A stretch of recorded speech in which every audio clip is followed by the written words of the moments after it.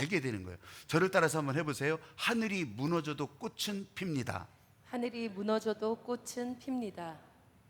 우리 속담에 하늘이 무너져도 솟아날 구멍이 있다, 이걸 잘못한 거 아닙니까? 뭐 이렇게 생각할 수도 있지만 제가 이걸 다시 정돈해서 하늘이 무너져도 꽃은 핍니다 이렇게 했거든요. 말씀을 한번 읽어보세요. 마태복음 23장 37절 39절, 짧지만 여러분 같은 목소리로 읽어가십니다. 시작. 예루살렘아 예루살렘아 선지자들을 죽이고 내게 파송된 자들을 돌로 치는 자여, 암탉이 그 새끼를 날개 아래 모음같이 내가 내 자녀를 모으려 한 일이 몇 번이더냐. 그러나 너희가 원하지 아니하였도다. 보라, 너희 집이 황폐하여 벌어진 바 되리라. 내가 너희에게 이르노니 이제부터 너희는 찬송하리로다. 주의 이름으로 오시는 이여 할 때까지 나를 보지 못하리라 하시니라. 아멘. 여러분, 이 본문의 경고가 그때 끝났던 것이라고 한다면 더 이상 전해질 이유도 없었을 거예요. 이걸 뭐 기록해서 오늘 또 우리들 읽게 하실 이유가 없었을 것이라고. 그런데요, 하나님의 세계는 여태까지 내가 그것을 뜨문뜨문 알았어. 그게 뭐냐면 이렇게 단선적인 세계인 줄 알았어요. 시간의 역사의 흐름이 그렇게 그냥 흘러가고 끝나는 것으로 여겼다고요. 그러니까 다시 되돌아가서 그 현장에 돌아갈 생각을 안 한 거예요. 보통 안 해요. 근데 하나님의 세계는 역사의 처음과 끝을 주관하신다면서요. 그러니까 하나님의 세계는 이 시간표는 우리가 편해서 나눈 거지 하나님 앞에서는 똑같다고. 그 하나님 앞에 똑같은 세계 가운데 지금 우리 말씀을 들으면서, 말씀을 읽으면서 그 안으로 들어가 보는 거예요. 여러분, 이 안으로 따라 들어가 보니까 그때 그 종교인들의 모습, 가면 쓰고 위선 가득한 종교인들의 모습, 그 생각들이 보이는 거예요. 이 생각이 나쁘다고 하는 것이 아니라 지금 이것을 깨버리지 못한다는 거예요. 깨야 은혜가 더 흘러가는데, 이 사람들은요, 율법을 잘 배우고 잘 지키고 그렇게 위세를 부리면서 사는 것이, 다른 사람들은요 자기처럼 살지 못하니까, 그러니까 다른 사람들을 무시하는 그 모습 때문에 지금 예수님은 이 마음에 저것들을 어떻게 할까 이 생각을 가졌던 거예요. 예수님의 경고는 이런 사람들, 이런 위선에 가면 쓰고 있는 종교인들의 이런 두꺼운 가면을 그냥 깨버리는 거예요. 아주 신랄하게 깨버리는 거예요. 불같은 심판으로 경고하시고 사정없이 깨고. 종교인들은요 당황했죠. 아니, 이런 얘기를 어디서 듣겠어요.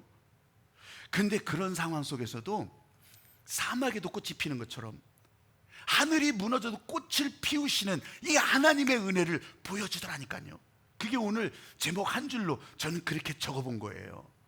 여러분, 아멘 하면서 순종하고 나오는 사람들이 그 가운데 있었잖아요. 이 가면 쓴 종교인들 때문이 아니라 은혜가 막혔었지만 하나님의 은혜를 사모하면서 어떻게 될지 모르지만 말씀에 아멘 하면서 나오는 그 사람들을, 하나님의 은혜의 목적지가 이 사람들이잖아요. 그러니까 이 사람들에게 길을 내주시려고 하늘이 무너져도 꽃을 피우게 하시는 이 하나님의 은혜를 보여주신 거예요. 코로나가 난리쳐도 은혜의 삶은 계속되고 하늘이 무너져도 꽃은 피게 하시는, 여러분들이 지금 이렇게 앉아있어도 여러분들은 다 꽃이라고요. 아이, 깜짝 놀래라. 내가 왜 꽃이요? 여러분은 꽃이라고요. 하나님께서 그렇게 오늘도 불러주시고 이 예배당 공간 안에서 여러분들을 그렇게 꽃으로 찬양하게 하시는 하나님의 은혜가 지금 이 말씀 가운데 더 느껴지고, 여러분 오늘뿐만이 아니라 나가서도 이 은혜로 살아갈 수 있게 되기를 주님의 이름으로 축복합니다. 아멘.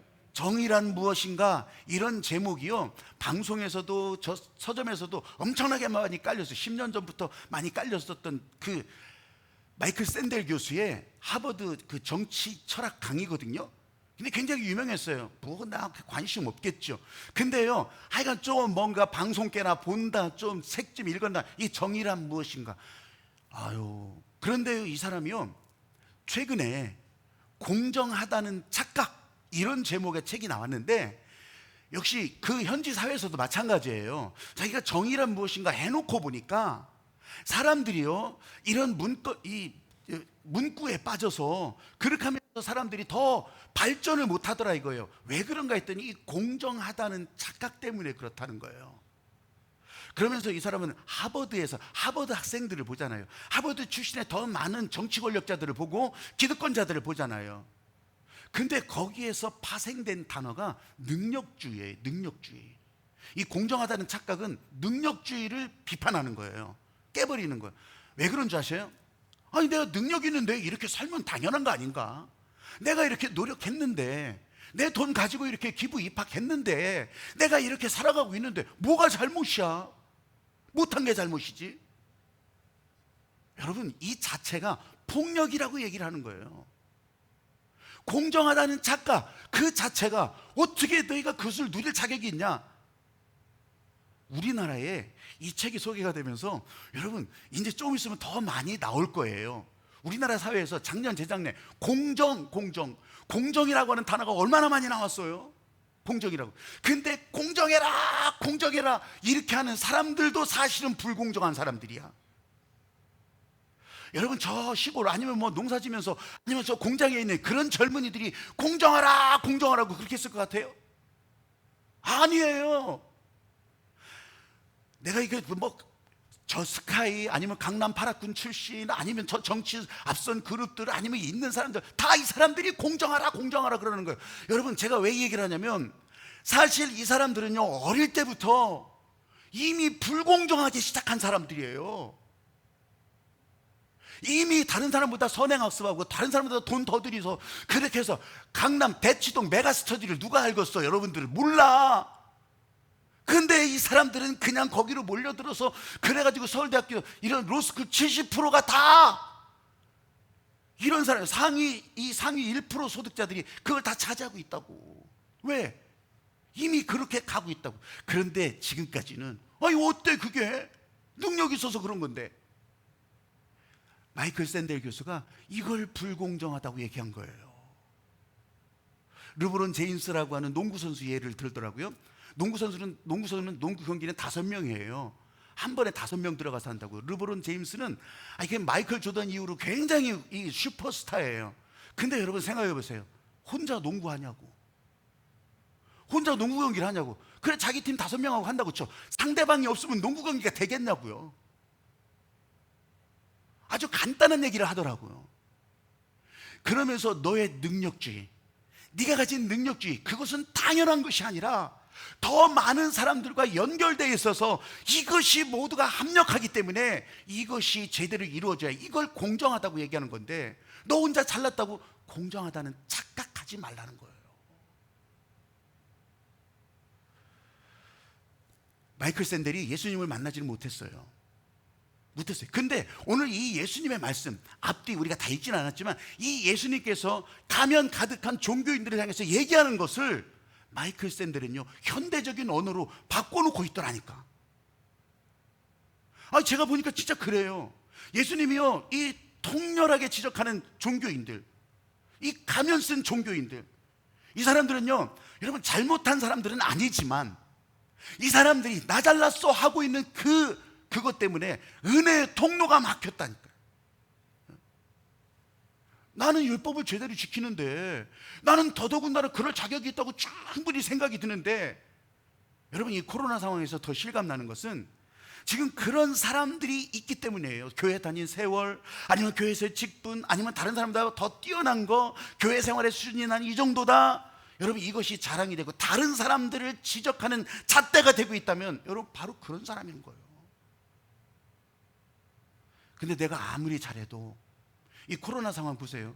이제 좀 있으면 2시에 대전에서도 4단계를 발표하네 안 발표하네 이제 2시에 이제 뭐 한다고 하는데, 아니 진짜 말로만 들어도 4단계 그러면 이제 완전 꼼짝 못할 것 같은데, 하여튼 발표를 할지 안 할지는 모르겠어요. 어떻게 하는지. 이 교회는 또 어떻게 할지 모르겠어요. 하여튼 뭐 발표한대요. 여러분 왜 그런가요? 나는 잘하려고 하지만, 여러분들도 다 잘하려고 하지만 어느새 나도 모르는 사이에 대량 감염이 막 일어나는 거예요. 여러분 이 땅에 살면 서로에게 이렇게 영향을 주고받더라는 거예요. 이 사람이 적대적인 관계든 이 사람이 나하고 우호적인 관계든 상관없이 영향이 되더라는 거예요. 나는 이렇게 믿음 좋은 일을 하는데 왜 나한테 그런 피해가 있어야 돼? 그런 마음이 들기도 하죠. 근데 내가 아무리 혼자 잘하는 것 같지만 여러분 나를 그렇게 몰아대기 시작하면 여러분, 오늘날 나는요, 어디서 찾아볼 수 없는 존재가 된다고. 바꿔 얘기한다면, 오늘 저와 여러분, 아까 꽃이라고 했잖아요. 여러분들이 있어서, 옆에 있는 여러분들이, 또 다른 분들이 있어서 여러분들은 오늘 꽃밭에 꽃이 되고 있는 거예요. 사랑하는 여러분, 오늘 저와 여러분이 이 교회에 있잖아요. 이 교회 생태계도 얼마나 중요하냐고. 우리 교회만 다 없고 우리 교회만 남으면 그걸 하나님이 기뻐하실 거예요? 아니라고요. 그래서 우리는 진작부터 여러분 귀에 익숙하게 들릴 거예요. 교회의 숲. 이 교회 생태계가 그렇게 중요한 거라고요. 그걸 우리가 다 어떻게 해? 근데 오늘 우리들이 얼마나 했냐, 너는 얼마나 심었냐, 이걸 따지는 것이 아니라 여러분 이 마음에 여러분들 따라가고 있다고 하는 거예요. 매주 인리치 지금 하고 있는 건 뭐예요? 이 교회의 숲, 교회 생태계에 여러분들이 지금 나무 한 그루를 심고 있는 거라고요. 여러분, 이건 대단한 일이에요. 아니, 돌아보면 이렇게 하는데도 별로 없어요. 근데 이 일이 금방 결판 날 일은 아니지만 여러분, 시간이 흘러가면서 하나님의 역사 가운데 있으면서 이런 일이 여러분의 삶에 보람도 되고, 주님이 너 뭐 했냐, 주님이 너 어떻게 살았냐 말했을 때 여러분, 내가 말하지 않아도 다 듣게 하시는 거예요. 다른 사람들도 마찬가지예요. 이 코로나19 이후에 무슨 뭐 마트 상점의 직원들도 그렇고 배달하는 분들, 특히 막 오토바이 타고, 이게 정말 사람들이 이렇게 생각해요. 지들 돈 벌고 하는 건데 뭐 어때서? 아니라, 그게 아니라는 거예요.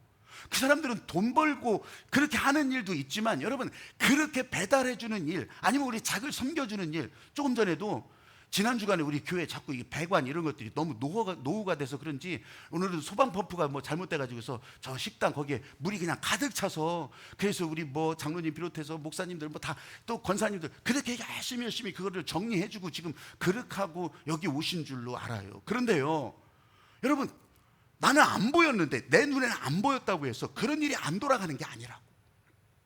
이 예배당에 서 있는 우리 한 사람 한 사람은 또 이런 사람들의 섬김과 봉사와 또 연결되는 모든 네트워크를 통해서 여기 있는 거라고요.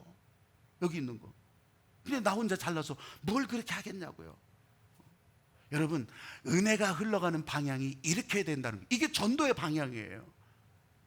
하나님 나라는요, 제가 가만히 역사 공부를 해봐도 그렇고, 여러분, 하나님 나라는, 복음의 역사는 영웅호걸로 이루어진 것이 아니었어요.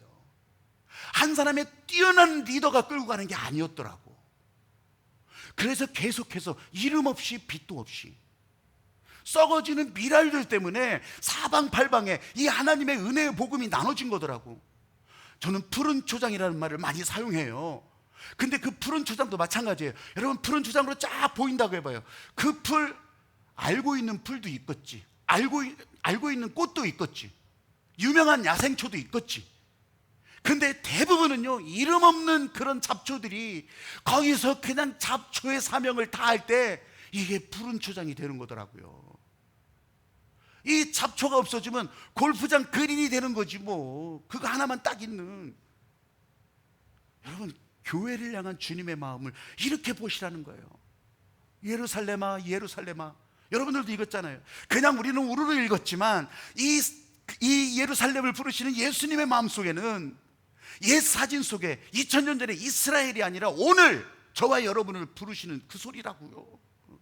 이 시간에 나를 살리려고 불러주시는 거고, 오늘 이 시간에 나를 살리는 길을 보여주시려고 부르시는데, 나 몰라라, 아니 나는 상관없어, 아니면 저 사람은 가야 돼, 이 사람이 가야 돼. 여러분, 자기 가면의 위선을 더 두껍게 만드는 일들이에요. 예루살렘아, 예루살렘아. 사실은 독백이죠. 예수님이 한탄하시는지 아니면 이 슬픔을 토로하는지, 예루살렘아, 예루살렘아. 저는요, 여기에 주님의 막 눈물이 보이는 거예요. 근데 왜 이렇게 하셨을까? 예루살렘, 왜 예루살렘이라고 하셨지? 여러분, 그거는 뭐겠어요? 예루살렘이라고 하는 그 도시에 무슨 마트를 얘기하겠어요? 아니면 거기에 공중 화장실을 얘기하겠어요? 거기에 성전이 있잖아요. 그 성전이 하나님이 임재하신다고 하는 약속의 장소였잖아요. 하나님이 운행하신 데는 바로 그 예루살렘이었잖아요. 그 예루살렘 성전을 바라보면서 예루살렘아, 예루살렘아. 그 성전 길이 막히니까, 은혜의 통로가 막히니까 주님의 눈에 눈물이 흐르는 거예요. 눈물이 흐르는지 봤어요?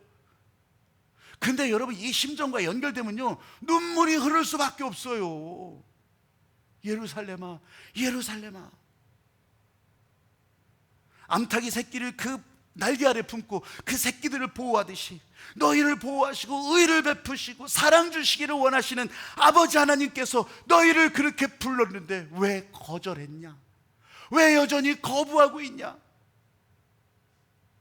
그래도 이 위기 상황이라면 암탉은요 참 절묘해요. 여러분 암탉이 알을 품는 광경을 본 사람도 이제는 별로 없어요. 여기 계신 분들은 많이 봤겠죠. 암탉이 알을 품고 있어요. 그런데요 그 알을 품는데 자기 알만 품는 게 아니에요.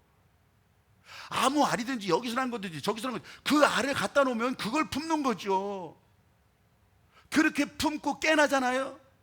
그럼 이게 전부 자기 새끼예요. 너는 다른 곳에서 났으니까 저리 가, 이런 게 아니라고. 여러분 왜 이게 복음인 줄 아셔야 돼. 오늘 저와 여러분 출신, 성분, 지나온 삶의 환경 다 달라요. 근데 그럼에도 불구하고 암탉이 날개 아래 새끼를 모으는 것처럼 구분하지 않아요. 차별하지 않아요. 위기 상황에서 암탉은요 다 품고 날개 아래 모아가지고서 이 깃털을 세우고서 날개를 후두둑거리면서 목숨 걸고 대항하는 거예요. 예수님이 이 마음을 그렇게 전해주는데 그걸 모르는 거예요. 그걸 귓구멍을 막고 있는 사람들은 그걸 몰라요. 그러니까 선지자들을 죽였다고 얘기하잖아요. 그러니까 심지어는 하나님의 아들까지도 죽이게 되잖아요. 그러면서 지금도 계속 거절하고 도망가고, 그럼에도 불구하고 하나님 아버지께서는 포기할 수 없는 사랑 때문에 눈물로 이 사람들을 부르시는 거예요. 오늘은 예수님이 예루살렘아 예루살렘아 이렇게 불렀고요, 내일은 여러분을 향해서 여러분의 이름을 부를 수가 있어요. 전도할 때 쉬운 대상은 하나도 없어요. 있어요? 있으면 그 사람들 리스트를 만들어서 다른 사람들에게 좀 알려줘요. 쉬운 대상 하나도 없어요. 근데 왜 그렇게 쉽지 않은가? 영혼의 값이 있기 때문에 쉽지 않더라고요. 근데 그 중에서 제일 어려운 게, 저의 경험으로도 그렇고 여러 사람들이 이렇게 이야기를 또 경험담을 들어도 가족이 제일 힘들어요. 가족이 왜 그렇게 힘든지 여러분 실감 나세요? 그건 뭐냐면 나를 너무 잘 알기 때문에 그런 거예요. 잘 안다고 생각하기 때문에. 그래서 가족이 전도할 때 너나 잘해, 너나 잘해요. 여러분 이렇게 20년, 30년, 50년, 60년, 70년 가는 거예요. 너나 잘하세요. 제가 지난 봄에 본 드라마 중에 아주 뜻깊게 본 드라마가 있어요. 그것은 뭐냐면 아는 것은 없지만 가족입니다, 이런 제목이에요. 아는 것은 없지만 제목입니다. 왜 여기에 제가 가만히 관심을 가지고 봤냐면, 원미경이라고 하는 배우가 거기에 나와서 이제 주연으로 그렇게 했었어요. 원미경이라고 하는 배우를 아시는 분들이 있잖아요. 저보다 이제 나이가 조금 많은데, 이 사람이 남편이 목사가 돼서 미국에서 목회를 해요, 현직으로. 그리고 목사 사모님이라고요. 그래서 방송에 안 나왔던 거예요. 그런데 이 대본을 보내주고 출연 제의가 들어오는데, 이 대본을 읽으면서 마음의 결심을 가지고 그래서 혼자 이제 한국에 와서 그 드라마를 촬영하고 간 거예요. 근데 그 내용이요, 무슨 성경도 아닌데 그런 얘기, 너무 성경적인 내용이라. 그 내용이 아는 것은 없지만 가족입니다. 그 내용의 골자는 이거예요. 내 자식이라, 내 아들이라, 내 딸이라 잘 안다고 생각했었는데 알긴 뭘 알아? 모르는 거예요. 아니 나는 안다고 생각했는데 어떻게 저런 생각을 하고 있었을까? 모르는 거예요. 삶의 아픔을 어떻게 부모가 속속들이 다 알겠어요? 모르는 거예요. 그런데도 가족이잖아요. 남편과 아내가 오해가 쌓이기 시작하니까 몇십 년 동안 아주 중내산의 원수로 사는 거예요. 아는 것도 없어. 사실 그걸 다 안다고 생각했는데 몰랐던 거예요. 그래 나중에 그런 몰랐던 것을 알게 되면서 오해가 풀리면서 그런 마음, 야 이것도요, 남편이 기억이 딱 잊어버리고 저 옛날로 돌아가 버리니까 그때서부터 풀리기 시작하대요. 자, 인생이라는 것이 여러분 아는 건 없지만 가족입니다. 그 메시지를 가만히 보면서 참 기가 막히다고 생각했어요. 만약 그것을 바꿔서 너 알아야 돼, 폭력밖에 없어요. 억지밖에 없다고. 근데 그렇게 한다고 해서 그게 알아지는 것이냐고. 그대로를 인정하고 받아들이는 것이 가족이라고. 그게 예수님의 복음이더라고요. 받아들이는 거예요. 거기서 그냥 뭐가지 똑 분질러가지고 이런 게 아니라고. 예수님도요, 이스라엘이 가족이잖아요. 이스라엘이 혈통이니까 가족이잖아요. 그런데 이스라엘 민족을 어떻게 다 아냐고. 예수님의 식구들도 다 몰라요. 그 형제들도, 어머니까지도 심지어는. 사람들이 저 예수 미쳤다고 그렇게 하니까 어떻게 해요? 아이고, 이 미친 이 아들, 미친 형 데리러 식구들이 다 출동하잖아요. 안 미쳤어요? 이거 성경에 나오는 얘기라고. 여러분, 거기다가 다른 사람들은 어땠을까요? 저 나사렛이라고 하는 산골짜기 목수 집안의 장남이 뭐가 그렇게 대단하다고 여기 와서 우리한테 이것이 많다 저것이 많다, 하늘이 어떻고 저도, 아주 웃기는 짜장이 된 거예요. 이게 이런 상황을 연결해 보니까 예수님이 얼마나 답답했으면 예루살렘아 예루살렘아, 이게 막 공감이 되면서 이 예수님의 마음에 흐르는 눈물, 아니면 그 눈물길이 보이는 거예요. 이러셨겠구나, 이러셨겠구나. 그런데도요, 예수님 은혜의 목적지가 사람이잖아요. 그래서 성전에서 꽃이 피기를 원하시는 거예요. 우리가 성전 인생 괜히 이름 붙인 것이 아니라, 여러분 따라해 보십시오. 성전에서 꽃이 됩니다. 성전에서 꽃이 됩니다. 38절에 보면 보라 너희 집이 황폐하여 버림바 되었다고 그랬거든요. 내가 잘한 것도 하나도 없지만, 아니 그래도 이렇게 왔는데 내가 버림바 되는 황폐한 집이들, 이건 말이 안 되잖아요. 여러분, 이 버려진다고 하는 말을 잘 보시면 이거는요, 그냥 딱딱 잘라가지고서 빵개가지고서 아주 다 태워가지고서 없앤다는 얘기가 아니에요. 이거는요, 내박쳐둔다, 이쪽으로 밀어둔다는 거예요. 버려둔다, 이런 의미예요. 그러면 다시 쓸 기회가 있겠어요, 없겠어요? 다시 쓸 기회가 있는 거예요. 이게 마태복음 22장 13절에 보면 주님은 성전을 내 집이라고 했거든요. 내 집. 근데 여기서는 너희 집이래요. 아니, 내 집하고 너희 집하고 뭔 차이가 있길래? 여러분 짐작하셨어요? 거기에 예수님이 계시는가 안 계시는가?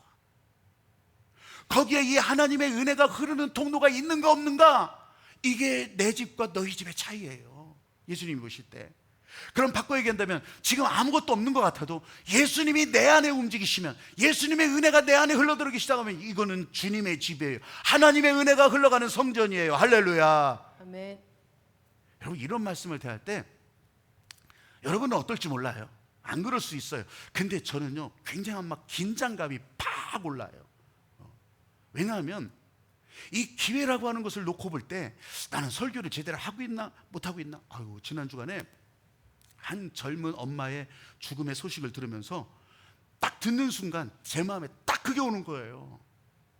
내가 이 설교자로 어떻게 살았나? 내가 예배 인도자로 어떻게 살았나? 전화를 딱 나누는 순간에, 소식을 듣고 전화를 나누는 순간에, 왜냐면 여러분, 이분은요 한 12년 가까이 우리 교회 나왔거든요. 구교회 시절부터 그렇게 막 애기 데리고 나왔던 분이세요. 근데 등록을 안 했어요. 그냥 저 앉는 자리도 정해져 있고요. 그렇게 하면서 진짜 문 살짝 열고 들어왔다가 문 살짝 열고 나가시는 분이었어요. 제가 정말, 아니 뭐 그냥 우리 교회는 앞으로 더 그런 분들이 많아질 거예요. 많아질 수밖에 없어요. 시대가 그렇게 돼요.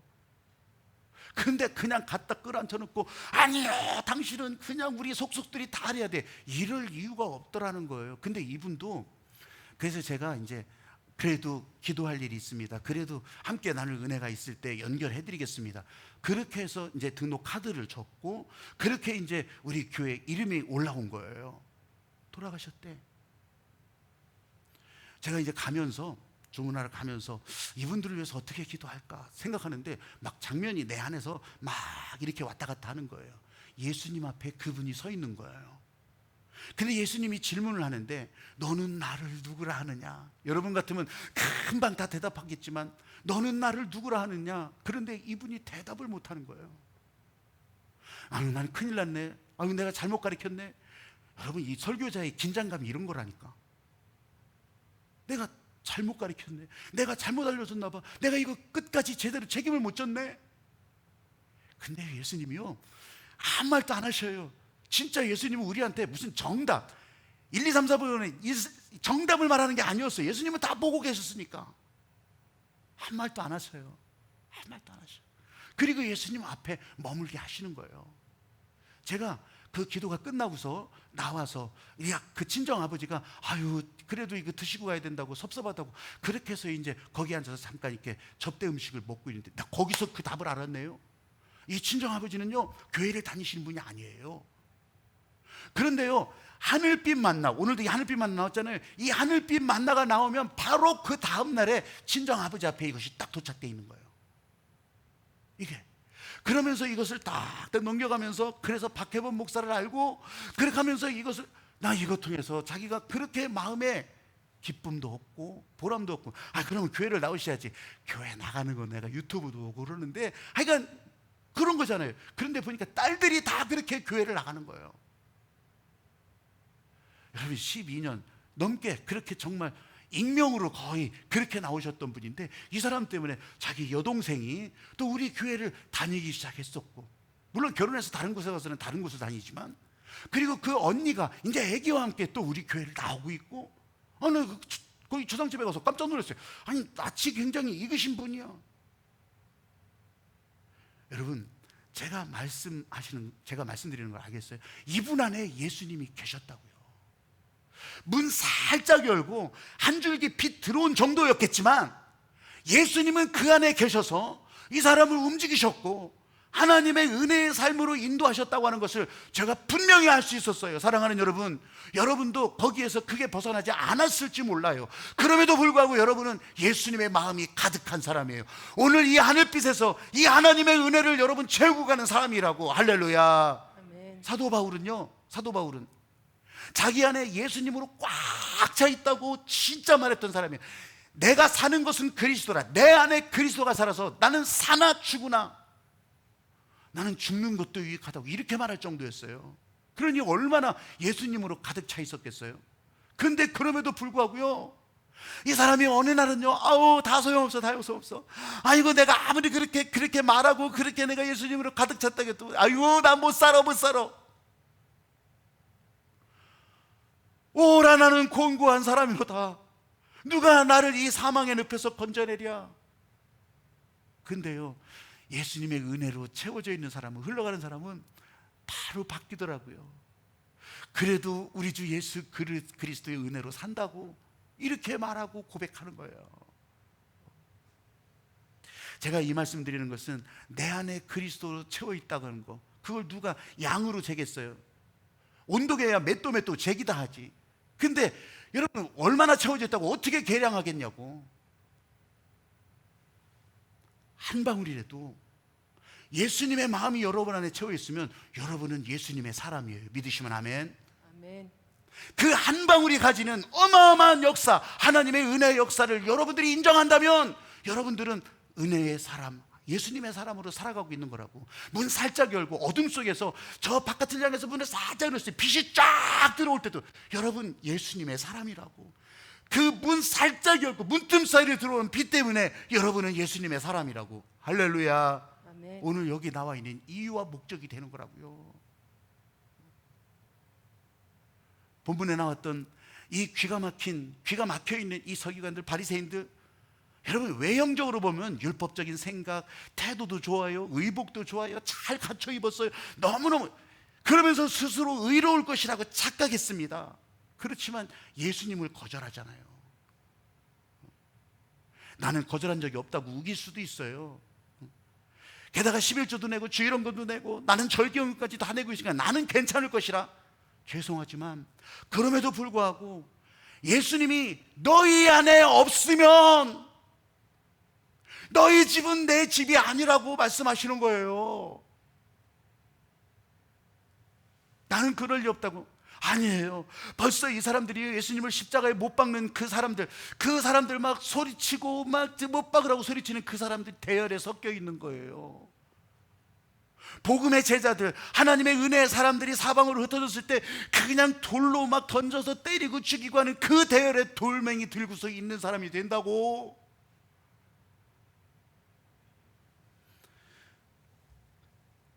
예수님이 그 집에서 나오시는 거예요. 황폐하여 버림받는다고. 여러분, 하늘이 무너져도 꽃은 핀다고. 이 예수님이 이 땅에 오신 목적이 뭐예요? 성전을 세우게 하시는 목적이라고.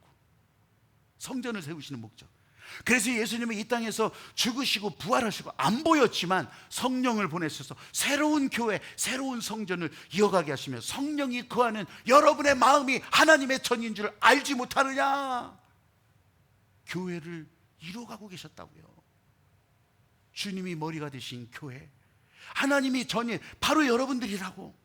오늘 저와 여러분 이 성전에서 꽃이 되는 거예요. 꽃은 자랑하지 않아도요, 오늘 하나하나 다 귀하게 여기시고, 이 꽃도 저 꽃도 이름 없는 꽃까지도 다 하나님께서는 기뻐하시는 거.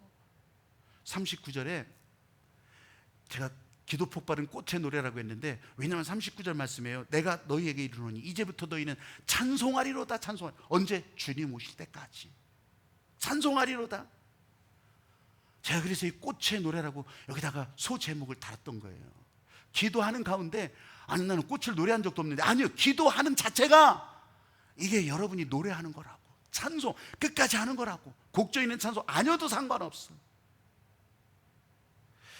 내가 그의 이름을 불러주었을 때 그는 나에게로 와서 꽃이 되었다. 이 김춘수님의 꽃이라고 하는 시 한 구절이거든요. 오늘 저와 여러분은 여러분의 이름이 주님 앞에 내 사랑하는 자요, 내 사랑하는 아들아, 내 사랑하는 딸아, 여러분의 이름이 불려졌을 때 여기서 여러분 성전에 꽃이 되고 있는 거예요. 꽃이. 이 꽃이요, 나는 이제 다 환경 갖춰진 그런 것만 있는 줄 알았어. 난 이 꽃을 보면서, 여러분 내가 사진을 찾아봤어요. 사막에 피는 꽃들이 있어요. 이게 지금 사막 가운데서 피는 꽃들이거든요. 나 이거 보면서요, 괜히 은혜 받아. 괜히. 진짜 사막 가운데서도 꽃이 피는구나. 정말 붉은 사막, 아무도 지나가지, 그래 다 죽은 것 같은 땅에서도 이렇게 꽃이 피고 있었구나. 보니까요, 사람들은 머리를 써요. 사람들은 머리를 써서 내가 오늘 주일날 가서 꽃이 될까 말까 걱정해요. 고민한다고. 내가 이거를 헌금할까 말까, 이것이 나한테 손해가 될까 이익이 될까, 이런 고민한다고. 사람들은. 그런데 꽃은요, 아니요. 지금 꺾여질지라도, 지금 소 발에 말 발에 꺾여질지라도 오늘 목숨을 다해서 꽃을 피우는 거예요. 그것이 잡초라도 이름 없는 꽃이라도 오늘 나는 목숨을 다해서 꽃을 피운다고. 내가 이걸 보면서 이일선이라고 하는 목사님의 그런 생애를 이렇게 읽게 됐어요. 이일선 목사님, 여러분들은 들어보지도 못했을 거예요. 근데 이렇게 설명하면 진짜 그런 분이라고 그렇게 되물을 수 있어요. 이일선 목사님은요, 우리나라에서 유일하게 슈바이처, 진짜 가본공화국 아프리카 슈바이처에서 진짜 같이 동역했던 사람이에요. 조선신학교 장로교 신학교를 졸업했어요. 졸업하자마자 그때 이 사람의 손에 슈바이처 생애를, 노벨평화상 받았던 슈바이처 생애가 손에 들려 있었던 거예요. 장기려 박사도 그랬고요, 이 사람도 그런 거예요. 그래서 서울대 의대를 갑니다. 신학교 졸업하고 목사가 돼서 서울대 의대를 가요. 그리고 피부과 전문의가 돼요. 왜 피부과 전문의겠어요? 이 나병, 한센병, 이걸 위해서 내가 쓰임 받기를 원한다고. 그래서 거기 졸업하고요, 아프리카로 간다니까. 그래서 1958년부터 이 슈바이처하고 같이 동역을 해요. 나중에 슈바이처가 직접 편지 보내고요, 슈바이처가 선물 보내고요, 네가 어려운 거 있으면 나한테 얘기해라, 내가 도와줄 수 있는 거 다 도와드리겠다, 이랬던 사람이에요. 근데 하나도 알려지지 않았죠. 이일선 박사, 이 사람이요, 한국에 왔어요. 1961년도. 이 사람이 담임하던 교회는 1000명 정도 모이는, 그런 본인이 개척해서 1000명 정도 모이는 교회가 됐어요. 신일 장로교회예요. 그런데 약수동의 신일 장로교회. 근데 그걸 사임해요. 어디로 가냐? 울릉도로 가요. 울릉도 거기서 배 타면 그때 당시에는 20시간 40시간 이렇게 걸리는 그런 울릉도로 가요. 거기서 병원을 열어요. 그리고서 이런 한센병 환자들, 결핵 환자들, 이 사람들을 위해서 이제 거기서 진료를 시작하는 거예요. 물론 예배 드리고 지금 그 세 개의 병원들이 다 교회당이 됐어요.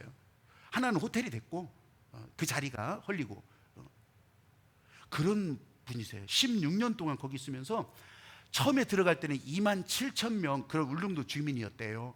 근데 이 사람이 거기서 이제 그렇게 의료봉사 하면서 처음에는요, 한의사들이 엄청 반대했대.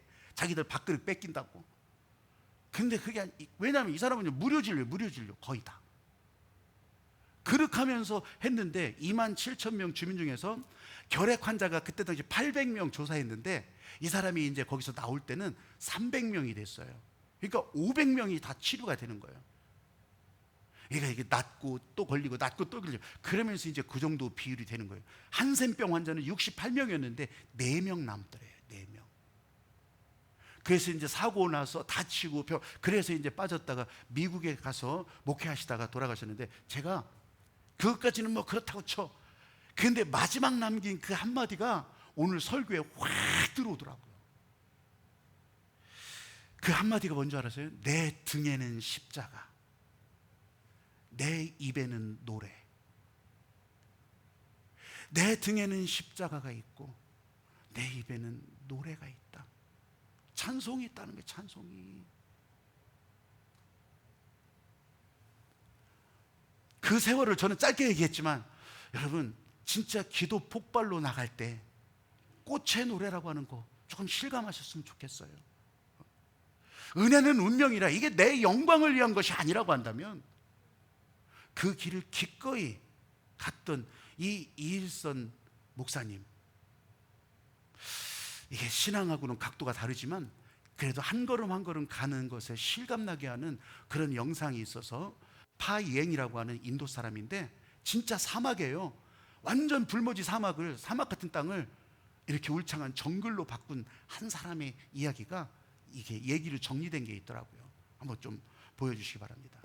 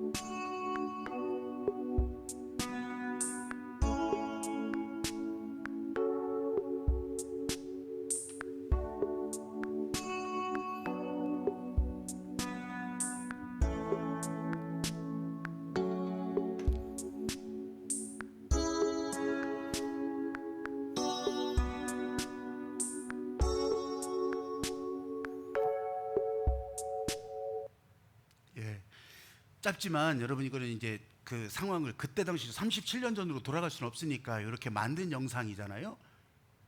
근데 37년을 여러분 생각해 보셔요. 37년. 잠시 잠깐 짧은 본 영상이 아니라 37년 동안 그렇게 나무를 심었던 거예요. 심어갔던 거예요. 저는 이 코로나 이후 지금부터 한국교회 또 다른 기회라고 저는 저 스스로 생각하고 또 많은 사람들이 또 그렇게 얘기를 하는데 아무도 가보지 못한 길이라 이 길이 맞다 저 길이 맞다 몰라요. 그런데요, 하나님께서 보여주신 것은 이 방향이 지금까지 맞았다면 여러분 앞으로 가는 길도 그 길로 가는 거예요. 기도 폭발, 기도하면서 길을 내시겠다는 거예요. 내가 내는 것이 아니라 주께서 길을 내실 때 우리는 그 길을 따라가고 있는 거예요. 아무도 가보지 못했다는데 아무지 가보지 못한 것을 뭘 걱정하냐고. 가는 거라고요. 가는 거라고. 오늘 이제 오후 2시에 사부 예배 때 인리치가 김진중 목사님인데 이분은 이제 MBC 다큐에 이렇게 이제 반딧불 야학 소개했던 그런 나왔던 분이기도 해요. 근데 뭐 20여 년간을 이게 야학 운동한 거예요. 야학. 그러니까 왜 노인 많은 분들 글 모르는 사람들 있잖아요. 이분도 이제 글 가르쳐 가지고서 그것도 영어까지 가르쳐 가면서 그러면 검정고시 하게 하고 이렇게 하는 일들을 계속했던 거예요. 하루 이틀이 아니라 1, 2년이 아니라 그걸 계속하면서 그렇게 교회 사역도 같이 해가면서 인니치, 오늘 여러분 그 인니치 하면서 하나님께서 우리에게 주신 아무도 가보지 못한 길 어떻게 가야 되는지 여러분 여기다 길 똑바로 내비게이션 알려주시겠어요? 아니라고. 가라. 가면 내가 길을 잡아주리라. 돌아오는 주간에 성경 통독은 민수기예요. 민수기 넘버스라고 하는 민수기예요. 이 민수기를 보면서 진짜 아무도 가보지 못한 길 이미 보여주신 거예요. 어떻게 길을 갈 거냐, 누구를 따라갈 거냐. 오늘 저와 여러분 가운데 하나님께서 행복하게 해주신 그 길을 진짜 이 마음을 다해서, 여러분 아무도 가보지 못한 길, 우리는 성전에 꽃이 되어서 사막에도 꽃이 피게 하시고 하늘이 무너져도 꽃을 피우게 하시는 이 하나님의 약속을 믿으면서 그 길을 가는 여러분들이 되시기를 주님의 이름으로 축복합니다. 이 찬양하면서 여러분 나도 그 꽃이 되겠다고, 나도 이 꽃의 노래를 하겠다고 이 찬양하면서 같이 하기를 바라요.